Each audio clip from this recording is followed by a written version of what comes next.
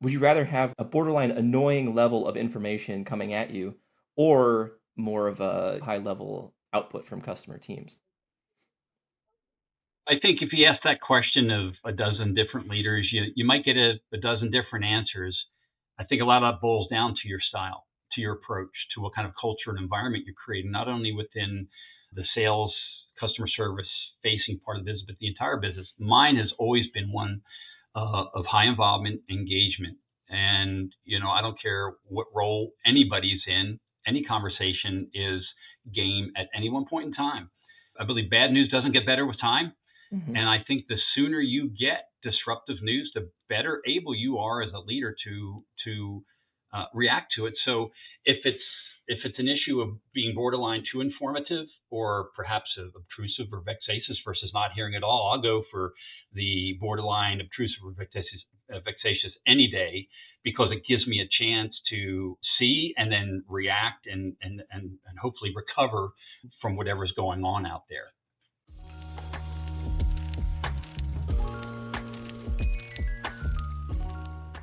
Hi, and welcome to the CX Files podcast. Today's guest is Darryl Heffline. Darryl is a senior operations leader by experience, but has recently moved into the CEO role at Glasfloss. His background ranges across transportation, aerospace, logistics, and HVAC. 30 plus initiatives across a 40-year career, resulting in tens of millions in annual revenue. He's been a change leader throughout, and he has developed his own steps and framework outlined in his new book, Shifting Gears in the Crossroads. Darryl, thanks for joining us. Thanks for having me today. Looking forward to our conversation.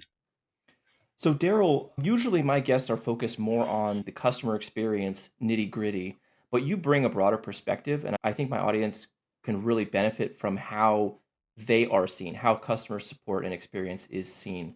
So, I wanted to ask you, from the beginning of your career to now, was there a time that really stood out to you when you felt the impact of customer experience?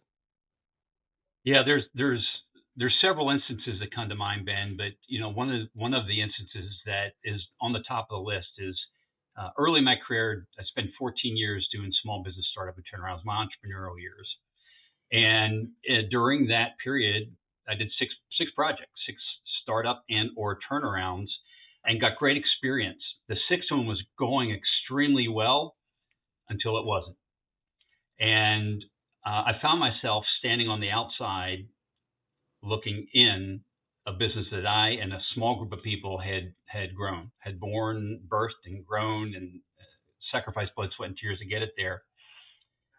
It failed for several reasons. One of which was our inability to keep our finger on the pulse of the changing dynamics in the market and with our customers, and even to a certain extent with our suppliers. Now, there were other drivers there, but when I look back on that incident, I realized that part of the failure, the collapse of the business was because we didn't have our finger on the pulse. And there were dynamics that were happening that if we'd have been more proactive, we could have gotten on top of them and stayed ahead of them. So there were other things that drove there, but that's kind of the antithesis is what happens when the customer experience doesn't work. I was at largely to fault because I was the entrepreneur, I was the proprietor, and was one of those who needed to have his finger on the pulse a little bit different. I learned from the experience, as did my partners, and we moved on. But it's a classic case of understanding and hearing the voice of your customer, and then other dynamics that were also happening in the marketplace that we didn't. The customer service role, the customer facing role, is critical for providing that continuous feedback to entrepreneurs like me back then, or entrepreneurs is what I do now. Yeah, I think the analogy of keeping your finger on the pulse is a good one. And it is a kind of a representation of this idea of listening to your customers closely and in terms of like distance. So if there's like a long distance between leadership and customers, i.e., the voice of the customer is moving through multiple separate departments before it filters up, well, then that distance is too long. And there's this evolving understanding that customer experience, customer support should be part of the product conversation from the beginning. What do you think about that? I think it's critical. In the entrepreneurial days, when the entrepreneur does a little bit of everything, everybody's in customer service, everybody's in sales, everybody's in operations. It's just the nature of what you do. So you have the ability, contrary to the example I gave you earlier, you do have the ability to be a little bit closer to the action, what's happening in the marketplace. And so as a senior leader, you're there because you're also customer service, sales, and operations and quality and service, so on and so forth. As companies grow, either entrepreneurial companies grow to become small and mid cap companies, or private equity or public companies, that distance starts to get longer because you have specialized duties. The organizational structure increases, changes, grows, and then is when it's more important to have a cadence, a rhythm, the infrastructure there to provide continuity from the front end, the front side of the business, all the way up to executive leadership. And I've seen it throughout my career. I've been not only with entrepreneurial startups, but I've been with small cap companies, mid cap companies, and large cap companies. And the complexion changes with each different prospective size of the company, but the principles don't. The principle is no matter how big the company is and how high or how lofty the executive team is from the front line, there has to be continuity, and there has to be a continuous flow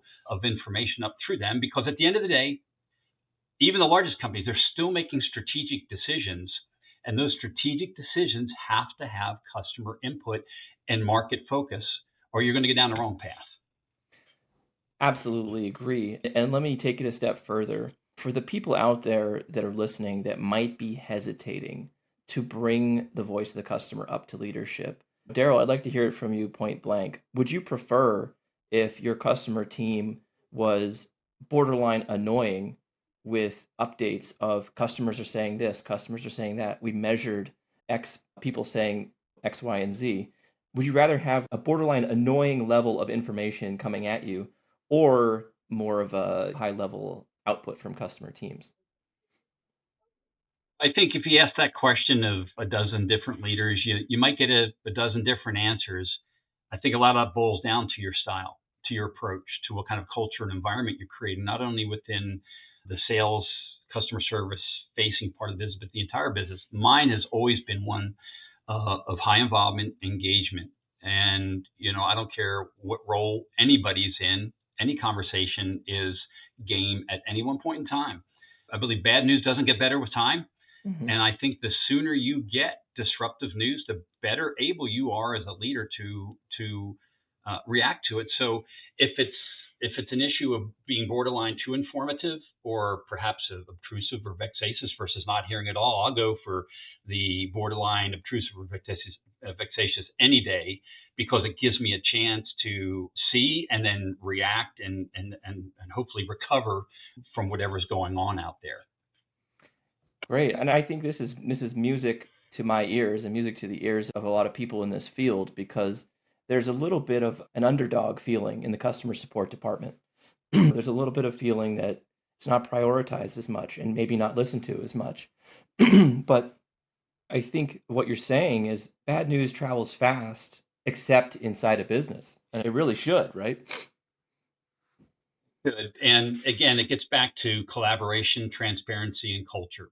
Hmm. There are some cultures that are not open to that at any level. They don't want to hear, or it's not permitted to. There's a line of communication from the most frontmost resource in the business all the way up to the executives. I see that as a recipe for failure.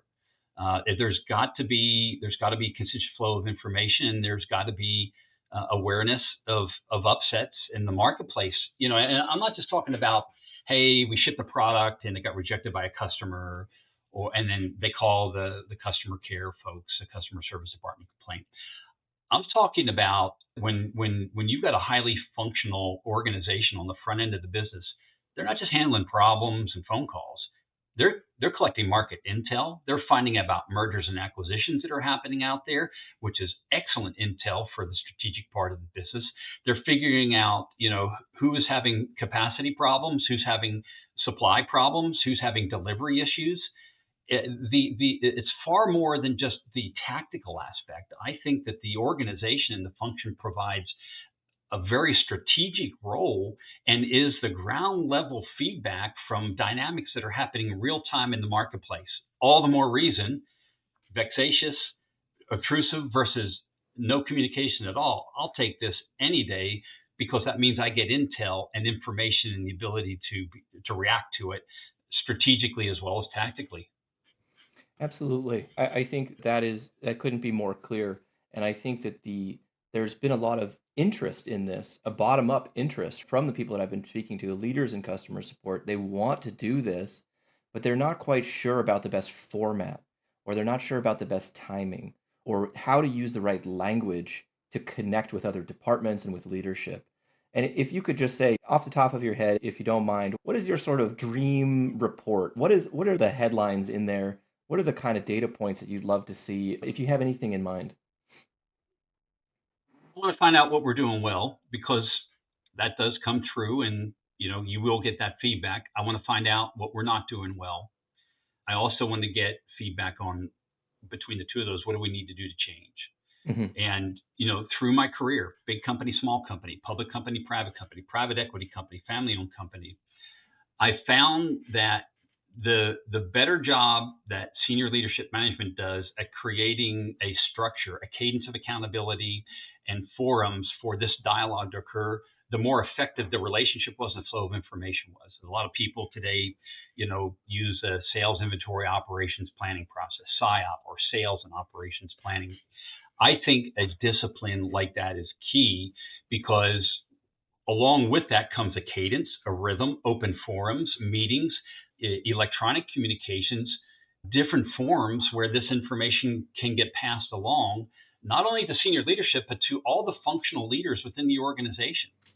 And as that's executed and implemented and executed with the right cultured company, it becomes a hotbed of strategic and tactical alignment from A to Z, top to bottom, front wall, back wall within the organization, and it enables that organization to become nimble and responsive and quick to changes in the marketplace to take up more share of market and act when there's an upset or disruption. It just better enables them. But there's got to be a structure and the better job leadership does at creating the structure, creating the cadence, and the venues where these heads, these minds, and this information can come together, the more effective the overall organization is going to be at moving. Absolutely. And I really like the word nimble as well. Reactive to change, reactive to shifting customer needs, being proactive about rising trends as they come up.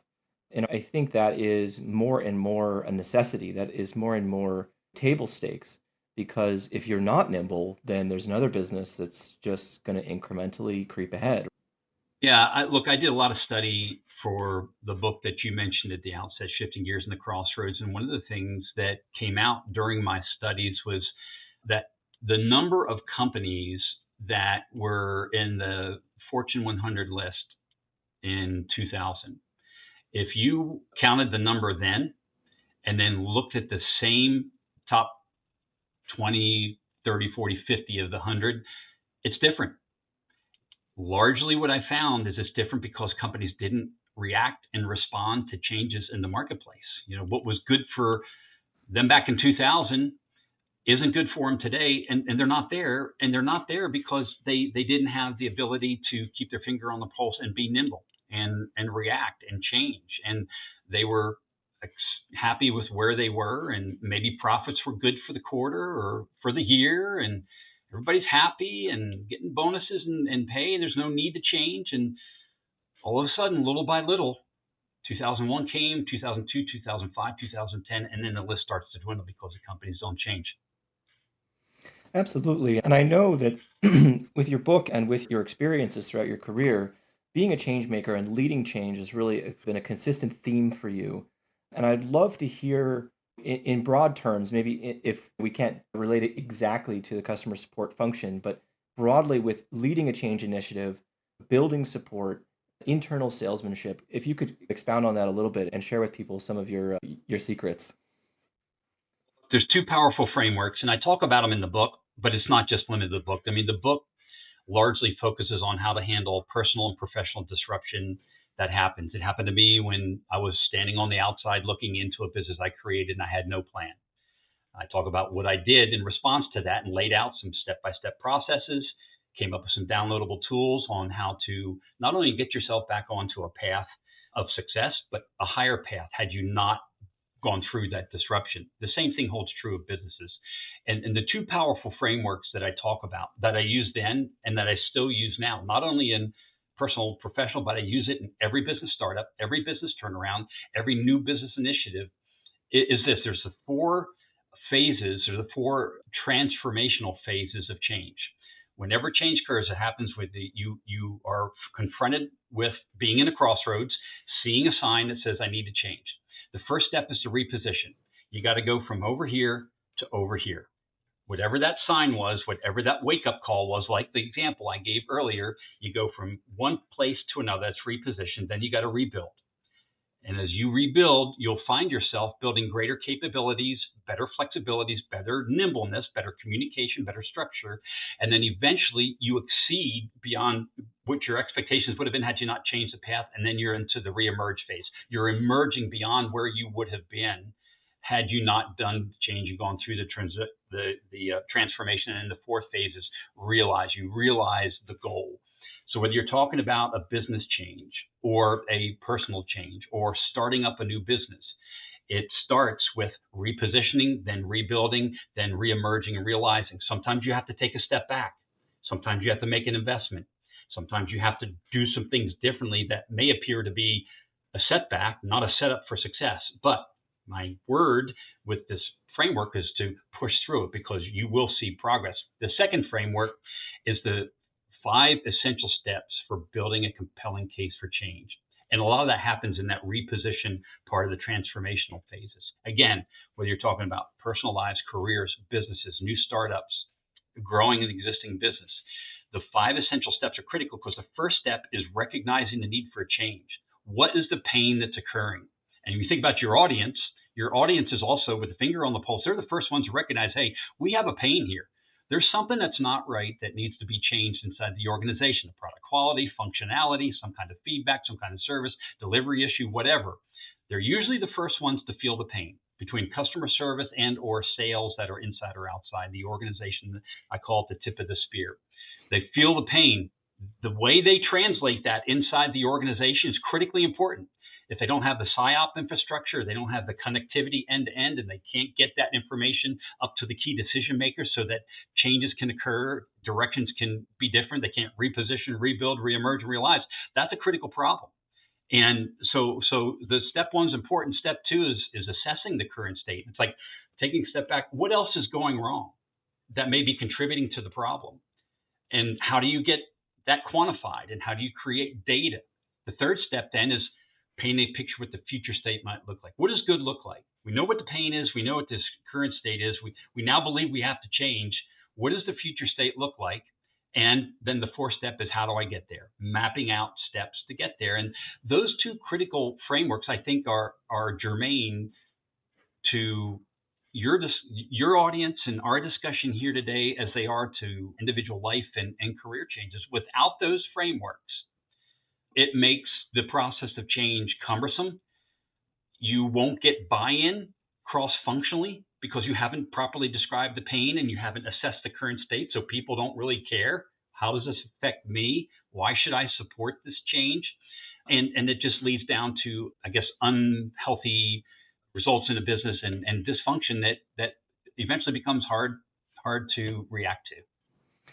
Yeah, I think that there's something there. It's making me think about like use it or lose it, right? This is like a phrase that you've heard before when it comes to exercise and physical health is the starting point. But I think there's a health in the business, and there's a use it or lose it message that I'm getting from you, which is you have to exercise this communication muscle and to get to surface the pain point, to act on the pain point, to change direction. And it's like this, I'm thinking of it like exercise. And if you're not training, if you're not exercising, you're getting flabbier by the day, right? And I think especially for my audience, for people out there, support leaders and operations leaders, there's a hesitation to go beyond calling out a problem and taking the step into imagining a better future. People are a little, maybe it's my sense, but I think people are a little worried about getting too big for their britches. What do you think about people taking that step proactively and saying, here's what an ideal state could be, even if that's not necessarily their traditional job function? Again, it gets back to the company culture. If there's a culture of openness, of collaboration, of being free to share your opinion, I think that's the healthiest environment for that kind of interaction to occur. And if that culture is not there, then it's going to be very difficult. It's going to be very difficult, number one, to provide feedback of the pain and assessing the current state, because I think it's what happened to the Fortune 100 companies that are not there anymore that were there in 2000. I think that they didn't listen and they didn't react. So if the culture, however, on the converse is open and is uh, espouses that kind of interaction, then I think that there can be some adjustments, and I think that group of folks can feel valued. To me, the biggest challenge, I think, being in the function that most that are watching this podcast are in, is feeling valued and appreciated and supported. In the latter environment that's healthy and interactive and transparent, I think that there's a better level of engagement and there's a better level of support. Therefore, the quality of information is better and the health of the company is better. In the former, where there's not that level of transparency, and folks, to get the phone call and they're like, man, I got to do something with this problem because this person just blessed me out, and but nobody wants to listen on this side. I can't imagine a more difficult role to be in than to be in a role like that, in a situation like that, because I think that the burnout level would be through the roof and difficult to handle. But again, that front side's so critical because that's the first line of defense, and it's the one that it's the team that has their fingers on the pulse of what's happening in the marketplace. Absolutely. And I think, it is a business at the end of the day. And I spoke to a guest recently that had the idea, I think inspired idea, that she was telling her team, so she leads a team of support folks, and she was telling them to think like a business owner, right? And so you're a business owner, you're responsible for the success of this company. You can't always do what feels good, right? It can't always be about emotion and being happy. It's got to make business sense. Of course, if you have an opportunity to make your customers happy, if you have an opportunity to praise your team and appreciate your team, you should absolutely do those things. Um, but how do you think about this balance between the data and the emotion, the business fundamentals and the humanity part of it? I think it's a careful balance. The facts are the facts, and they don't change. Whether we want to look at the facts, understand the facts, and react on the facts, that is the big question. And again, it gets back to the culture and the behaviors inside the organization. And I want to take a minute now. You mentioned earlier, what I'm doing. I think the company I'm working for now is the best company I've ever worked for, Glasfloss Industries. And this is not a plug; it's not advertisement. But the reason I think so is that it's had 90 years it's a 90-year-old company. Next year will be the 90th anniversary. It's been privately owned up until about 2.5 years ago. And through succession planning and retirement, the original owners decided to convert the company to become an employee, an ESOP company. We're an ESOP today. So I'm an owner of the company. So are the 800 to 1,000 other employees as well. Now, why do I bring that up? It gets back to culture. It gets back to ownership. Now, all of a sudden, everybody on the roster, everybody with a phone, a headset, everybody that is out in the marketplace, everybody that's on a production line, everybody owns the company. They have that employee ownership. So they have an ownership mentality. Now, all of a sudden, they've got extra incentive to raise the flag when something goes wrong. And guess what? You better darn well be sure that we're listening and we are carefully assessing what is being told from us, because we're all employee owners. There is no real hierarchy in terms of who can talk to who can't talk. Everybody owns the company. That ownership is important. Now, you don't have to be an ESOP to do that, I've been in public companies and private equity owned companies where that was a strong mindset. And I think where that was a strong mindset, I think you could do an analysis of revenue growth, profitability, conversion of revenue down to EBITDA. And I would tell you that the better cultural companies, the one with less barriers, the ones where employees thought that they or behaved and felt like they were owners and they owned the company, all those metrics were a lot healthier than the companies that weren't. So to your point, I think it's a great way to look at things, the ownership, and I think it's a great way to measure the health of a company. Now, I know this is your podcast, but let me ask you a question. Sure. You know your audience better than anybody.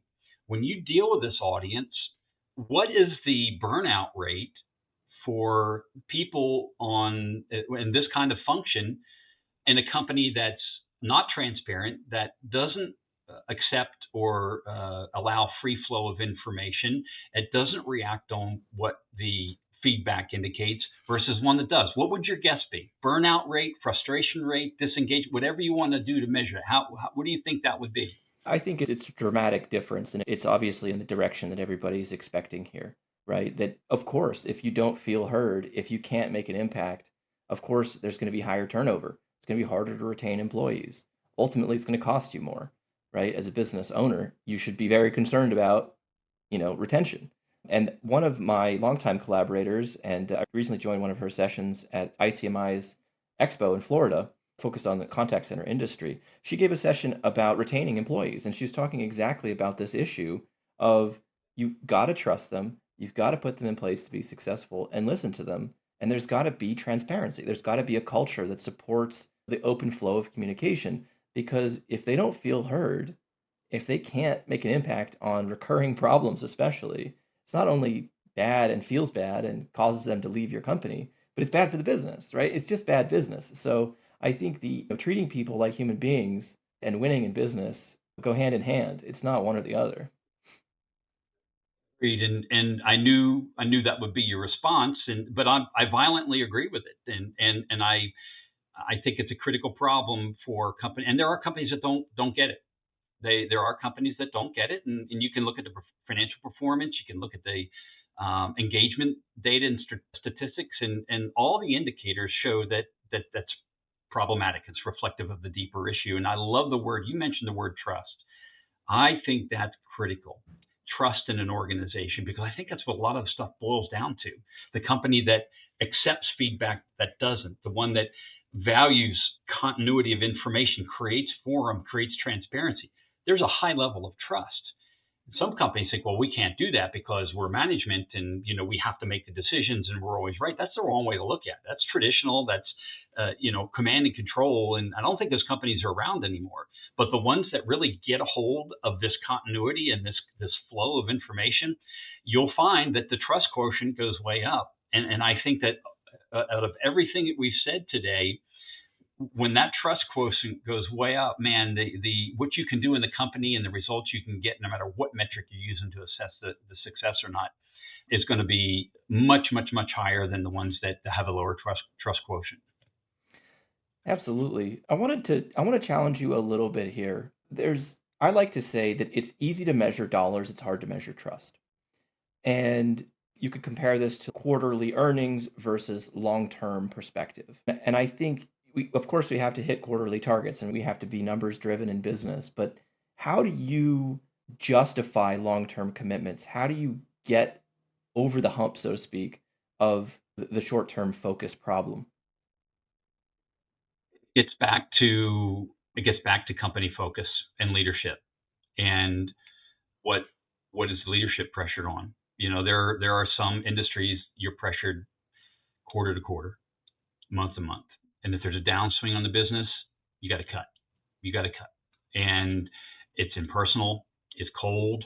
You might hit the quarterly numbers or the monthly numbers, but what have you really done for yourself long term? Okay, I have been in those environments. It's a shark environment. It's not good. It's not healthy, in those environments there isn't trust, because you never know when the gallows coming, and you don't know when the changes are going to occur. And that's making short-term decisions, and a lot of companies do that. And I've worked for some of them. I think that if the management is such that they realize that they're investments that you make for the long term, and that what happens month to month is not necessarily an indication of what's happening for the future. If you make long-term decisions and investments in long-term, you're going to react much differently than you would if you were short-term oriented. So I think it's according to management. I think it's what their objectives are. I think it's how they're being pressured by shareholders or by stockholders or by owners in the business. And I think it comes down to how patient that money is. And if the money's patient and they have the same vision and they believe in investing in people and developing and growing, and then I think you're going to have a different outlook and a different result than if you're just pressured month to month and quarter to quarter. Absolutely. Yeah. I think it's unfortunate that happens, although I realize that it's a reality. And I think it's good for everybody to understand and be real direct about it. Don't beat around the bush. There's a reality that this happens sometimes in business. It's usually short-sighted. It's usually not the best long-term choice, but it does happen. And I think for people in customer support, what they want to understand is how they can make their value seen so that they are included, whether it's a short term or a long term plan, they want to be included in the success of the business. And it's a communication challenge. We've addressed that a little bit throughout the episode so far. But if there's something, a message that you want to give or some advice that you want to give to people, what would you say is the piece that they could hang on to or that they could contribute that's gonna it's gonna keep them on that boat as it adjusts course and you trim the sails and fill the sails and so on? Well, I would say that they should take an inventory and assessment of not only their roles but their companies, their leadership, their immediate leadership, all the way up through senior leadership. And if the environment is such that you are valued and that your opinion matters and is heard, and you can even see where you've made suggestions and contributions that have made a difference versus being in an environment where you don't have engagement, your manager isn't listening, and the senior leadership doesn't listen.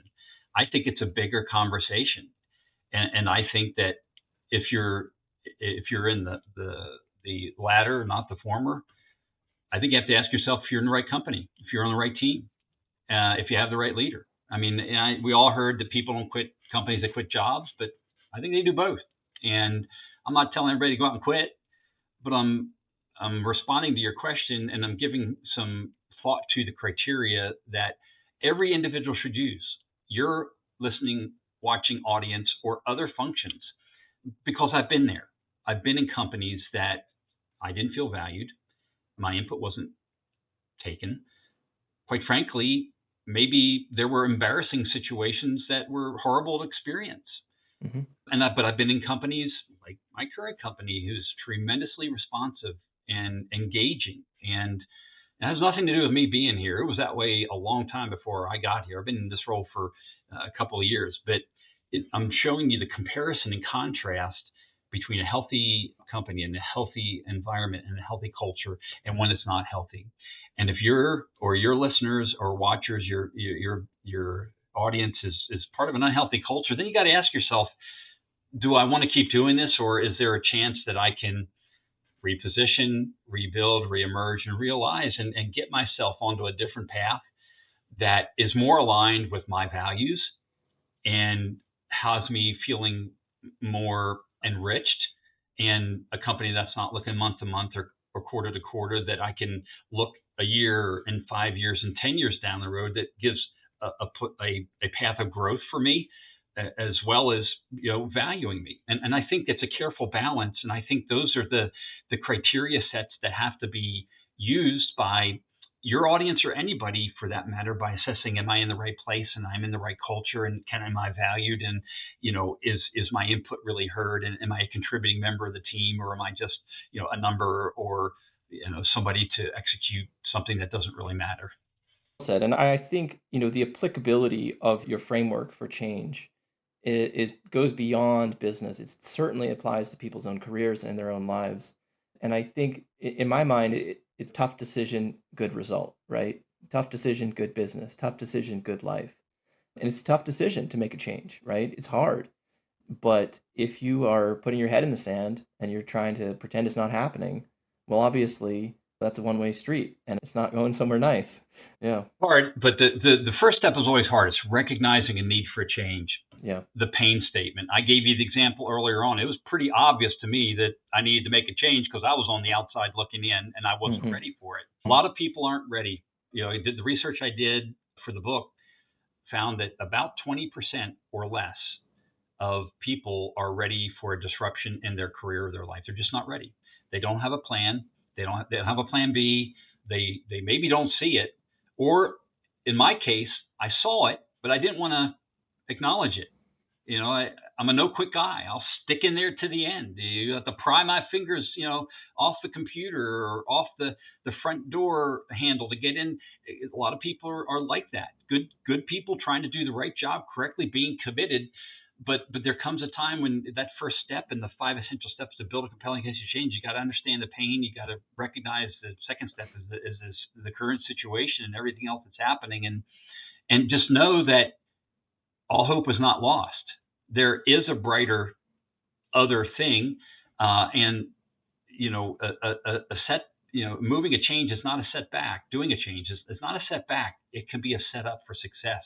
There are companies out there that do value your opinion and do value your engagement. And if you're not in one of those today, there are some out there that can offer that path for you.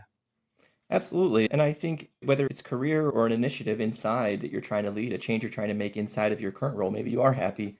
Maybe there is a nimble culture where people listen, right? But you're trying to get something done and you got to follow these steps that Daryl has shared with us because I think it's a really effective frame to use and it's going to give you the right mindset to put the pieces in place and achieve the result in the end. Um, Daryl, do you want to leave us with a closing thought here on people who maybe just want to make a change within their existing organization?